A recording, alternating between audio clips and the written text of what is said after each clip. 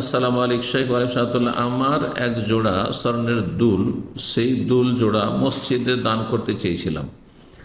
এখন ওই দুল জোড়া কি আমার গরিব বোনকে দান করতে পারবো কি না? আশা করি উত্তর দিয়ে উপকৃত করবেন প্রিয় শেখ। আপনি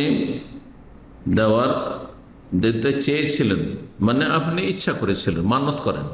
যদি মান্যত বলতেন তাহলে বলতাম যে হ্যাঁ, মান্যত পুরা করতে হবে, যেহেতু মসজিদ দানের জায়গা, এমন কোনো হারামের জায়গা নয়।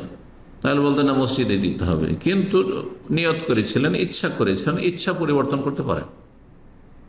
যেমন এখন ইচ্ছা করেছি যে আমি নফল সালাত পড়ব, তারপর নফল সালাত পড়ে দেখলাম যে অনেক প্রশ্ন এসছে, মাসের উত্তর দিতে লাগলাম। কোনো দোষ নেই, কোনো দোষ নেই। নিয়ত করেছেন যে আগামী বৃহস্পতিবার আমি শ্যাম পালন করব, বা সপ্তাহে 2 দিন শ্যাম পালন করবো, সোমবার বৃহস্পতিবার। তারপর আর করলেন না, করতে পারলেন না বা করলেন না, কোনো দোষ নেই। কিন্তু মান্যত করলে পুরা করতে হবে। মান্যত আর নিয়তে পার্থক্য রয়েছে। নিয়ত পরিবর্তন করা যায়, এক জায়েজ থেকে আরেক জায়েজ,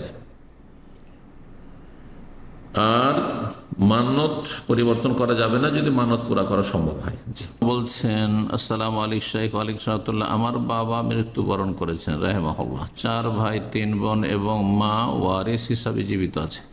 প্রশ্ন হলো, বাবা আমার অ্যাকাউন্টে টাকা জমা রাখতে বলেছিলেন, তাই আমার ভাই বোন মা উক্ত টাকার ভাগ বা অংশ পাবে কি না? অবশ্যই পাবে, দয়া করে জানাবেন। আপনার কাছে আমানত রাখা হয়েছে, আপনাকে সেটি দিয়ে দেওয়া হয়নি, আর আপনাকে দিয়ে দেয় আর অন্যদেরকে, অন্য ছেলে মেয়েদেরকে যদি না দেয় তো তিনি জুলুম করেছেন। তো বাবাকে জালেম বানাবেন না, না হলে জাহান্নামে যেতে হবে।